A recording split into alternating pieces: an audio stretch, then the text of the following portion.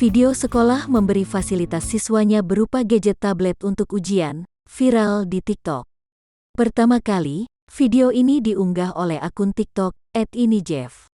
Terlihat pada video itu, beberapa gadget tablet disiapkan untuk setiap siswanya. Dikonfirmasi lebih lanjut, pengunggah merupakan siswa kelas 12 sekolah tersebut, yakni Ariski Farinsyah Pratama atau disapa Kiki. Kiki membenarkan, tablet itu fasilitas yang baru saja disediakan sekolahnya, SMA Negeri 1 Mataram, Nusa Tenggara Barat. Sejauh ini, gadget tablet hanya digunakan siswa saat mengadakan ujian sekolah. Tahun ini, semua kelas ujian menggunakan tablet yang disediakan, ucap Kiki saat dihubungi Tribun News, Selasa tanggal 16 Maret tahun 2021.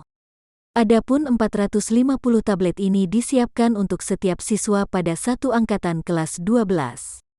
Tablet ini merupakan fasilitas bantuan dari pemerintah. 450 tablet dapat bantuan dari pemerintah.